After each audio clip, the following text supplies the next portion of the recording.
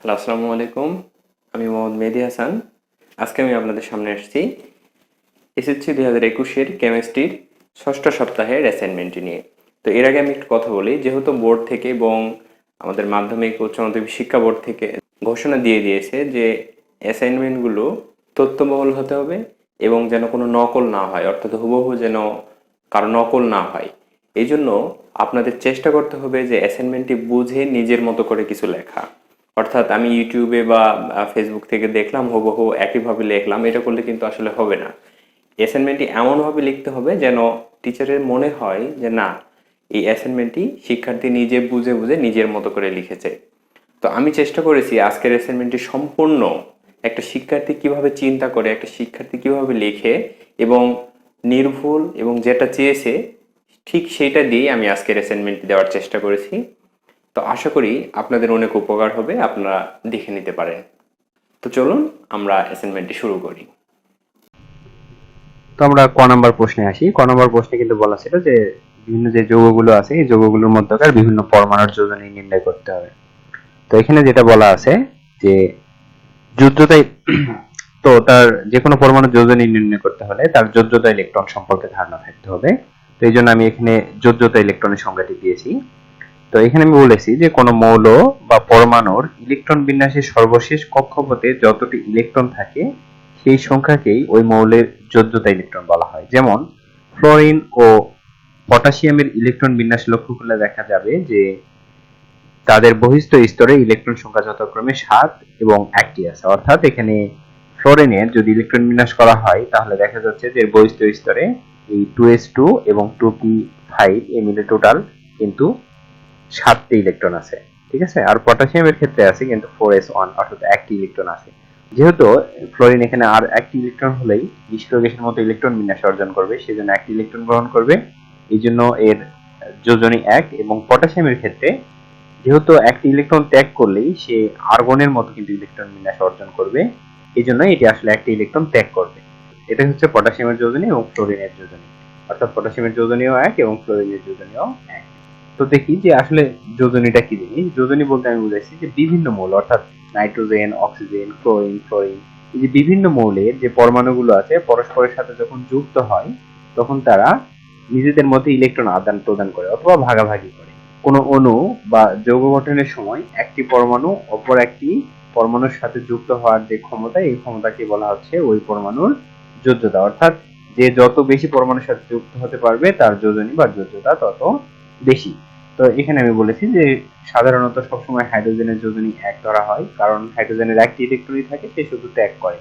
হ্যাঁ, তো কোন মৌলের একটি পরমাণু যতগুলো ওই হাইড্রোজেন পরমাণু এবং ক্লোরিন পরমাণুর সাথে যুক্ত হতে পারে সেই সংখ্যাকে হলো ওই মৌলের যোজনী বা যোজ্যতা বলা হয়, বা সেই সংখ্যাটাই ওই মৌলের যোজনী বা যোজ্যতা। হাইড্রোজেনের এখানে আমি বলেছি যে হাইড্রোজেনের একটি পরমাণু ক্লোরিনের একটি পরমাণুর সাথে যুক্ত হয় HCl গঠিত হয়। এখানে হাইড্রোজেন কিন্তু একটি ইলেকট্রন শেয়ার করে ক্লোরিনের সাথে, ক্লোরিনও একটি ইলেকট্রন হাইড্রোজেনের সাথে শেয়ার করে HCl অণু গঠিত হয়।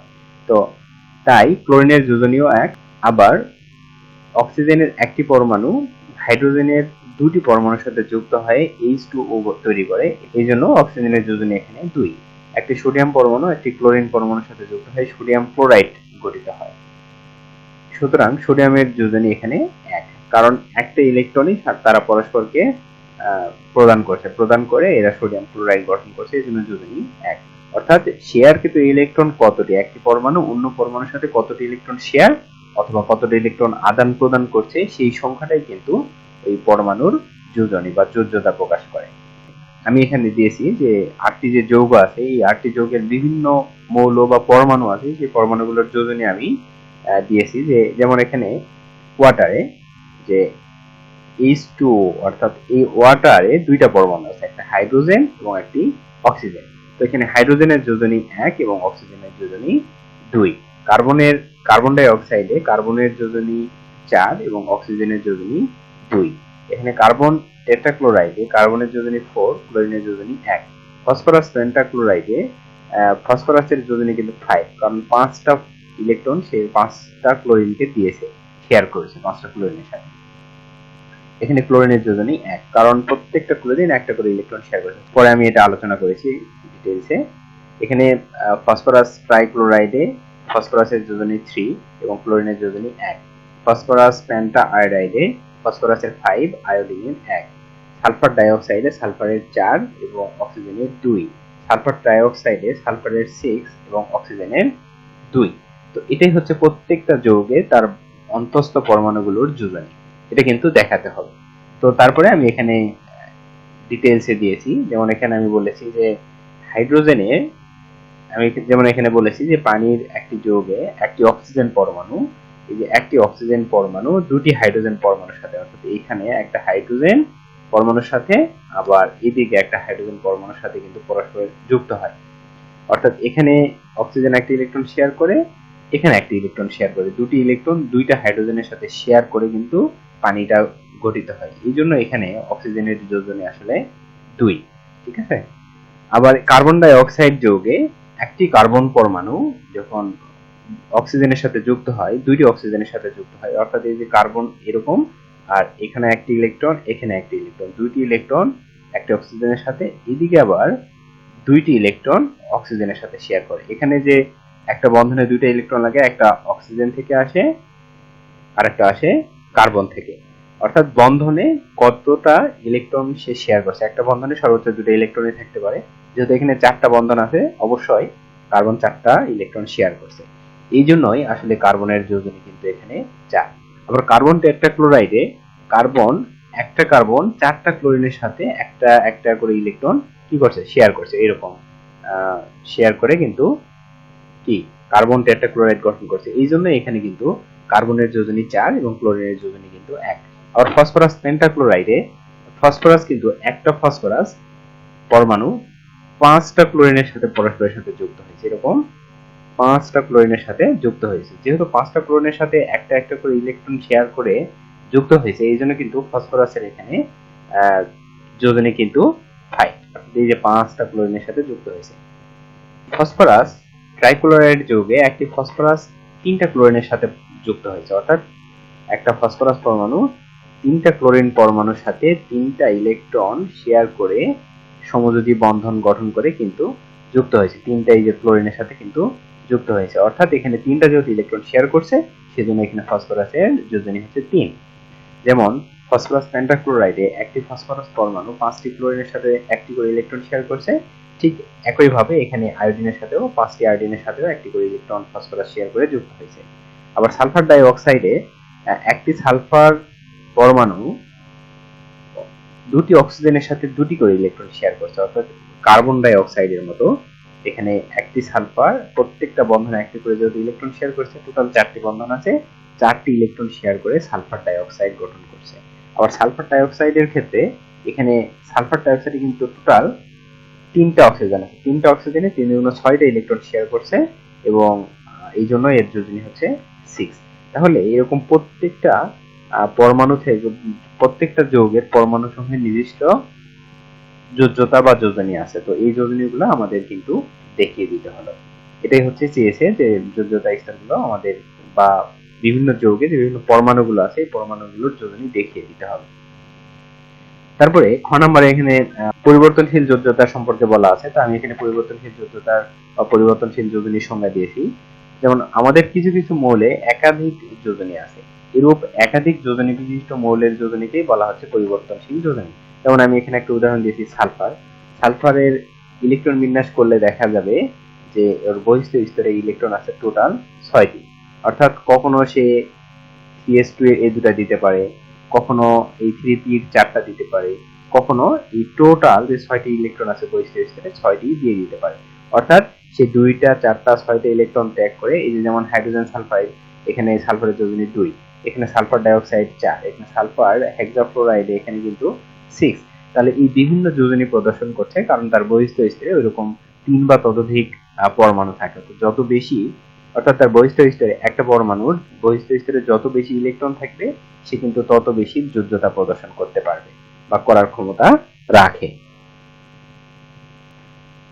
আমি এখানে জিনিসগুলো বলেছি যে অবস্থাভেদে, তো অবস্থাভেদে সালফারের যোজনী 2, 4, 6 হয়। তাই সালফারের এসব যোজনীকে পরিবর্তনশীল যোজনী বলা হয়। কোন মৌল তখনই পরিবর্তনশীল যোজ্যতা দেখায় যখন তার বহিস্থ স্তরে 3 বা ততোধিক ইলেকট্রন থাকে। অর্থাৎ যে সকল পরমাণুর একটি বা দুটি থাকে তারা কিন্তু পরিবর্তনশীল যোজ্যতা দেখায় না। ঠিক আছে, তো এখানে সালফারের ক্ষেত্রে আমি ইলেকট্রন বিন্যাসটা দিয়েছি, দিয়ে এখানে দেখিয়ে দিয়েছি এটা বহিস্থ স্তরে 6টা ইলেকট্রন আছে, ফলে এরা কখনো 2টা, কখনো 4টা, কখনো 6টা ইলেকট্রন অন্য পরমাণুর সাথে শেয়ার করে বা ভাগাভাগি করে এরা পরিবর্তনশীল যোজ্যতা প্রদর্শন করতে পারে। তারপরে আমি এখানে দেখিয়েছি যে সর্বোচ্চ যোজনীটা আসলে কি। কোন মৌলের যে পরিবর্তনশীল যোজনীগুলো আছে এর মধ্যে বড় যেটা মান, অর্থাৎ সালফারের ক্ষেত্রে দেখলাম যে 2, 4, 6, এগুলোর মধ্যে 6 যেহেতু সবচেয়ে বড়, অর্থাৎ সর্বোচ্চ 6টা ইলেকট্রন শেয়ার করতে পারে, এই জন্যই সালফারের সর্বোচ্চ যোজনীটা হবে 6।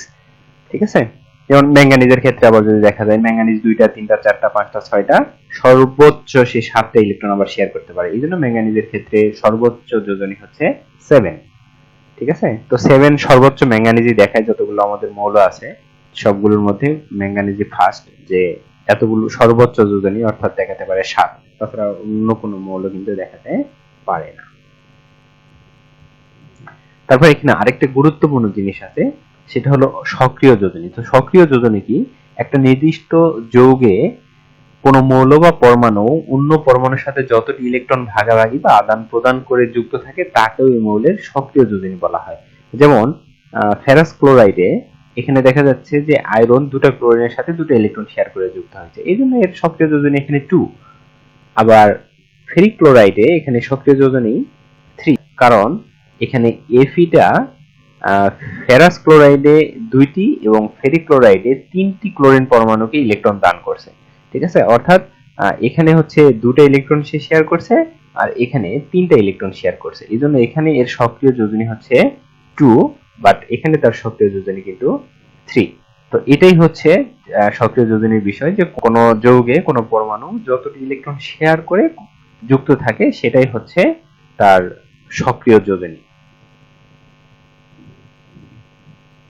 তো এখানে আরেকটা যেটা জিনিস জানতে হবে যে সুপ্ত যোজনীটা কি। সুপ্ত যোজনীটা কিন্তু আমাদের বের করতে হবে। সুপ্ত যোজনী বলতে বোঝাচ্ছে কোন মৌলের সর্বোচ্চ যে যোজনী থাকে সেই সর্বোচ্চ যোজনী থেকে সক্রিয় যোজনীটা বিয়োগ করে দিলে যেটা থাকে সেটাকে আমরা বলছি সুপ্ত যোজনী। অর্থাৎ সুপ্ত যোজনী সমান লেখা যায় যে সর্বোচ্চ যোজনী বিয়োগ সক্রিয় যোজনী।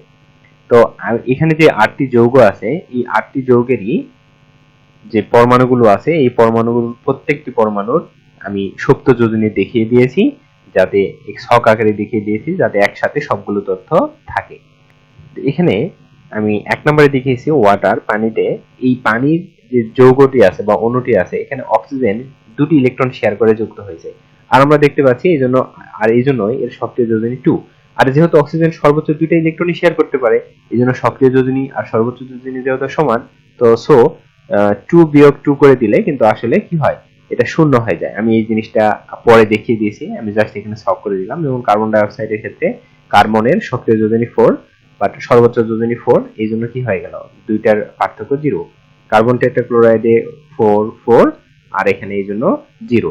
তারপর এখানে ফসফরাস পেন্টাক্লোরাইডে ফসফরাসের যে সক্রিয় যোজনী কিন্তু এখানে 5, আর সে সর্বোচ্চ 5টা ইলেকট্রনই শেয়ার করতে পারে, দ্যাটস ওয়াই 5 - 5 করলে কিন্তু এটাও 0। অর্থাৎ দেখতে পাচ্ছি যে সর্বোচ্চ একটি পরমাণু যতটি ইলেকট্রন শেয়ার করতে পারে ততটি শেয়ার করে যদি যুক্ত থাকে তাহলে সুপ্ত যোজনী শূন্য হয়ে যাচ্ছে। আর এখানে দেখো, এখানে যদি আমরা দেখি যে ফসফরাস ট্রাইক্লোরাইডে এখানে ফসফরাসের সক্রিয় যোজনী 3, কারণ 3টা ইলেকট্রন শেয়ার করে যুক্ত হয়েছে, বাট এখানে যে সক্রিয় এখানে ফসফরাসের সর্বোচ্চ যোজনী কিন্তু 5, তাহলে এই দুটার ডিফারেন্স কিন্তু 2 হবে, কারণ এখানে সর্বোচ্চ সে 5টা ইলেকট্রন শেয়ার করতে পারে কিন্তু এই যৌগে শেয়ার করছে 3টা। সো ওই যৌগটার সুপ্ত মানে লুকায় আছে ফসফরাসের যোজনী 2টা, সে ইচ্ছে করলে আরো 2টা ইলেকট্রন শেয়ার করতে পারবে। ফসফরাস পেন্টা আয়োডাইডে এখানে সক্রিয় যোজনী 5 আবার সর্বোচ্চ যোজনী 5, সো সুপ্ত যোজনী 0। সালফার ডাই অক্সাইডে সালফারের সক্রিয় যোজনী এখানে 4 আর সর্বোচ্চ 6, আর এখানে এই জন্য 2। এখানে সর্বোচ্চ যোজনী কিন্তু সালফারের 6, তো 6 থেকে সক্রিয় যোজনী 4 বিয়োগ করে দিলে কিন্তু আমাদের এখানে হবে 2। তো এই জন্য আসলে যদি সক্রিয় যোজনীটা ছোট হয় সর্বোচ্চ যোজনীর ক্ষেত্রে তাহলেই কিন্তু আমরা সুপ্ত যোজনীর মান পাবো, অন্যথায় পাবো না। তো এখানে যদি দেখা যায় সালফার ট্রাইঅক্সাইডের ক্ষেত্রে, এখানে সালফারের কিন্তু সর্বোচ্চ যোজনী 6ই আমরা জানি, বাট এখানে কিন্তু সে 6টা ইলেকট্রন শেয়ার করেই যুক্ত হয়েছে। That's why 6 - 6 = 0। আমি এখানে বলেছি যে ওয়াটারে অর্থাৎ এই পানির অণুতে অক্সিজেন পরমাণুর সুপ্ত যোজনী শূন্য কেন? কারণ এখানে পানির এই একটি অণুতে অক্সিজেন পরমাণু দুটি হাইড্রোজেনের সাথে একটি করে মোট দুটি ইলেকট্রন শেয়ার করে যুক্ত হয়েছে। তাই এই যৌগে অক্সিজেনের সক্রিয় যোজনী 2। যেহেতু অক্সিজেনের সর্বোচ্চ যোজনীও 2, সো আমরা এখানে যদি সুপ্ত যোজনী বের করতে চাই তাহলে সর্বোচ্চ যোজনী বিয়োগ সক্রিয় যোজনী, তাহলে কিন্তু আমরা এখানে 2 - 2 0 পেয়ে যাচ্ছি।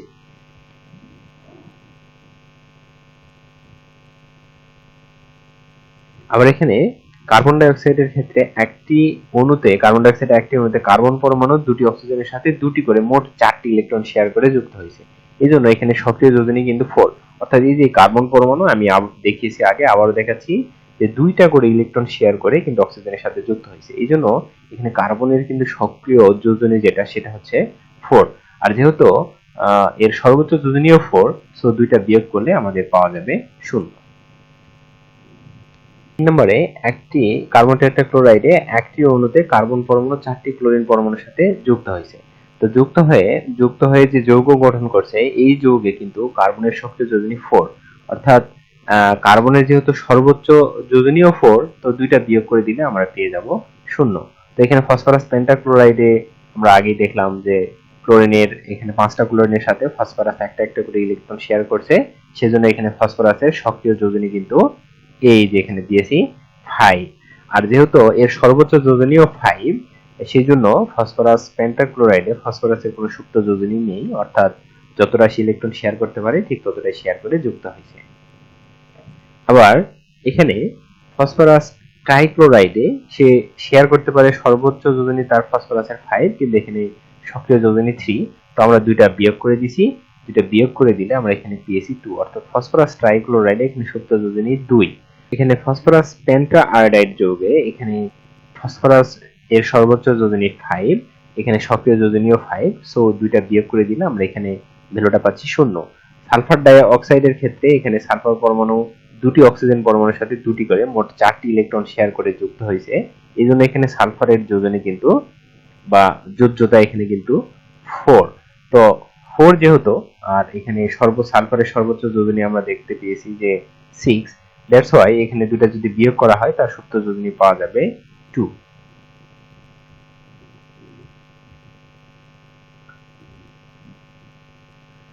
তো সালফার ট্রাইঅক্সাইডের একটি অণুতে সালফার পরমাণু 3টি অক্সিজেনের সাথে দুটি করে মোট 6টি ইলেকট্রন শেয়ার করছে, তাই এই যৌগে সালফারের সক্রিয় যোজনী 6। যেহেতু সালফারের সর্বোচ্চ যোজনীও 6, সেজন্য আমরা 2টা যদি বিয়োগ করে দিই তাহলে সুপ্ত যোজনী পাবো 0। তাই উপরিক্ত যৌগগুলো খেয়াল করলে দেখতে পাবো যে কোনো পরমাণু তার সর্বোচ্চ যোজনীর চেয়ে কম যোজনীর কোনো যৌগ এখানে যৌগ হবে। কম যোজনীর কোনো যৌগ গঠন করলে সেই যৌগে তার সুপ্ত যোজনী থাকে, অন্যথায় কোনো সুপ্ত যোজনী কি হয়, শূন্য হয়ে যায়। মানে সর্বোচ্চ যতটি সে ইলেকট্রন শেয়ার করতে পারবে, তো সালফারের ক্ষেত্রে এখানে সে সর্বোচ্চ 6টি শেয়ার করতে পারে এবং এই যৌগে শেয়ার করেছে সে 6টি, সো এখানে কোনো সুপ্ত যোজনী বা লুকায়িত কোনো যোজনী নেই। তখন আসি গ নাম্বার প্রশ্নে। গ নাম্বারে কিন্তু বলেছে যে উল্লেখিত যে 8টি যৌগ আছে, এই যৌগের যতগুলো পরমাণু আছে, অর্থাৎ এই hydrogen, carbon, oxygen, phosphorus, sulphur, chlorine এবং আয়োডিন, এই প্রত্যেকটি পরমাণুর যে আইসোটোপ হয় সেই আইসোটোপগুলোর ব্যবহার উল্লেখ করতে হবে। তো সবার আগে জানতে হবে যে আইসোটোপটা আসলে কি। তো আইসোটোপ জিনিসটা খুবই ইম্পর্টেন্ট, এটা জানা আসলে দরকার, কারণ আমাদের মেডিসিন থেকে শুরু করে যে কোনো এখন ক্ষেত্রে আইসোটোপের ব্যবহার কিন্তু সবচেয়ে বেশি হচ্ছে। তো যাই হোক, তো আইসোটোপ কি? যেসব মৌলের প্রোটন সংখ্যা একই কিন্তু ভর সংখ্যা ভিন্ন ভিন্ন, তাদেরকেই বলা হচ্ছে আইসোটোপ। তো একই প্রোটন সংখ্যা বা পারমাণবিক সংখ্যার আইসোটোপ গুলো সবসময় একই পরমাণুর হয়, কারণ প্রোটন সংখ্যা সবসময় একটা পরমাণুরই হয়। তো এই জন্য একই প্রোটন সংখ্যা বিশিষ্ট যে আইসোটোপ গুলো থাকে, সেই আইসোটোপ গুলো সবসময় একটা পরমাণুরই হয় বা একটা মৌলেরই হয়। এই পর্যন্ত প্রাপ্ত আমাদের আইসোটোপের সংখ্যা কিন্তু 1300। যেমন হাইড্রোজেনের 3টি আইসোটোপ আছে, যথা এখানে 1 1, এখানে কিন্তু সবগুলারই কিন্তু প্রোটন সংখ্যা 1, এখানে প্রোটন সংখ্যা 1, এটাও প্রোটন সংখ্যা 1। লক্ষ্য করলে দেখা যাবে যে এখানে এর ভর সংখ্যা 1, এর ভর সংখ্যা 2 এবং এর ভর সংখ্যা 3। যেহেতু এদের ভর সংখ্যা ভিন্ন এবং প্রোটন সংখ্যা একই, এই জন্য আমরা এদেরকে বলতেছি যে এরা হাইড্রোজেনের আইসোটোপ, বাট এদের ভর সংখ্যাটা ভিন্ন ভিন্ন। তো হাইড্রোজেনের এই আইসোটোপগুলোর নাম কিন্তু বলা হয় যে প্রোটিয়াম, ডিউটেরিয়াম আর হচ্ছে ট্রিটিয়াম বলা হয়। আমাদের এই যে ডিউটেরিয়াম বা ডিট্রিয়াম যেটা বলা হয়, এইটার কিন্তু আপনারা জানেন কিনা যে ভারী পানি বলে একটা কথা আছে, যে বলা হয় যে ভারী পানি কি বা ভারী পানি কোথা থেকে আসে। অর্থাৎ আমাদের পানির সংকেত তো H2O, অর্থাৎ এখানে হাইড্রোজেন দুটি থাকবে এবং একটি অক্সিজেন থাকবে। সেই হাইড্রোজেনটা যদি এখানে ভর সংখ্যা 2 হয় এবং প্রোটন সংখ্যা 1 হয়, তাহলে এখানে যে পানিটা পাওয়া যাবে এই পানিটাকে বলা হচ্ছে ভারী পানি বা হেভি ওয়াটার, যাকে সংক্ষেপে D2O বলা হয়। এখানে হাইড্রোজেন না বলে বলা হয় D2O, কারণ এটা ডিউটেরিয়াম বা ডিট্রিয়াম অক্সাইড। যেমন হাইড্রোজেন থাকলে হাইড্রোজেন অক্সাইড, এটাকে বলা হয় ডিট্রিয়াম অক্সাইড। তো এখানে দেখা যাচ্ছে যে হাইড্রোজেনের 3টি আইসোটোপের প্রোটন সংখ্যা একই, তাই বলা যায় এই 3টি আইসোটোপই হাইড্রোজেন। তো আমি এখানে যে আইসোটোপ গুলো আছে এই প্রত্যেকটি আইসোটোপের কিন্তু আমি ব্যবহারগুলো দিয়েছি। এখানে সবগুলো, যেমন আয়োডিনের কিছু আইসোটোপ আছে আরো, তো এখানে আমি আয়োডিন 131/53, যেটা 131 ভরের যে আইসোটোপটি পাওয়া যায় সেটি অনেক গুরুত্বপূর্ণ কাজে ব্যবহার করা হয়। যেমন টিউমারের অবস্থান, আয়তন নির্ণয়, কত বড় টিউমারটি সেটি নির্ণয় করা যাবে। থাইরয়েড গ্রন্থির যে আমাদের বৃদ্ধিজনিত, অর্থাৎ থাইরয়েড গ্রন্থি যে বড় হয়ে যায়, সে বড় হয়ে গেলে অথবা থাইরয়েড গ্রন্থি জনিত যে সমস্যাগুলো আছে সেই সমস্যাগুলোর চিকিৎসাতে কিন্তু আয়োডিন 131 ভরের যেটা আয়োডিন আছে আইসোটোপ সেটি ব্যবহার করা হয়। আবার ফসফরাস 32 ভরের যে আইসোটোপটি আছে, সে রক্ত স্বল্পতা, অর্থাৎ রক্ত শরীরে যদি কমে যায় বা রক্ত স্বল্পতা যে রোগগুলো আছে এই রোগ ডিএনএ আরএনএ এর গঠন পর্যালোচনায় ব্যবহার করা হয়। কার্বন 14, এটা ডিএনএ আরএনএ এর গঠন নির্ণয় করা হয়, পৃথিবীর বয়স নির্ণয় করা হয়, অথবা কোনো জীবাশ্ম পাওয়া গেছে সেই জীবাশ্ম কত বছর আগেকার, এটা কিন্তু আসলে এই কার্বন 14 আইসোটোপ থেকে কিন্তু বের করা হয়। তারপরে এখানে সালফার 32, সালফার 33, সালফার 34 যে আইসোটোপ গুলো আছে এগুলো কিন্তু চিকিৎসা ক্ষেত্রে ব্যাপক পরিমাণ ব্যবহৃত হয়।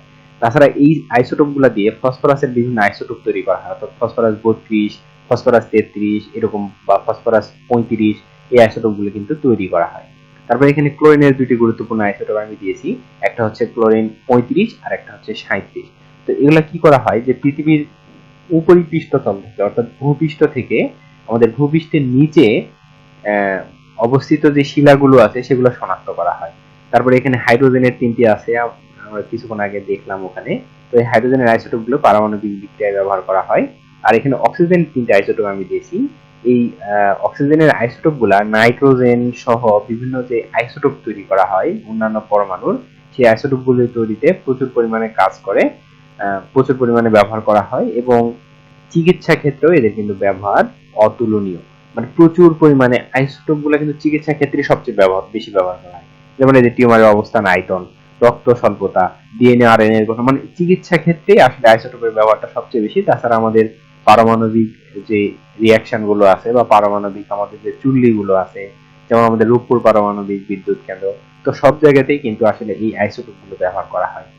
প্রয়োজন ক্ষেত্রে আইসোটোপ আরো তৈরি করা হচ্ছে, কাজ চলছে, কিন্তু আইসোটোপ আসলে অনেক গুরুত্বপূর্ণ একটা বিষয়, এই জন্য আইসোটোপের ব্যবহারগুলো জানা দরকার। ইন্টারমিডিয়েটে কিন্তু এই আইসোটোপ গুলো এই জিনিসগুলো কিন্তু জানতে হয়।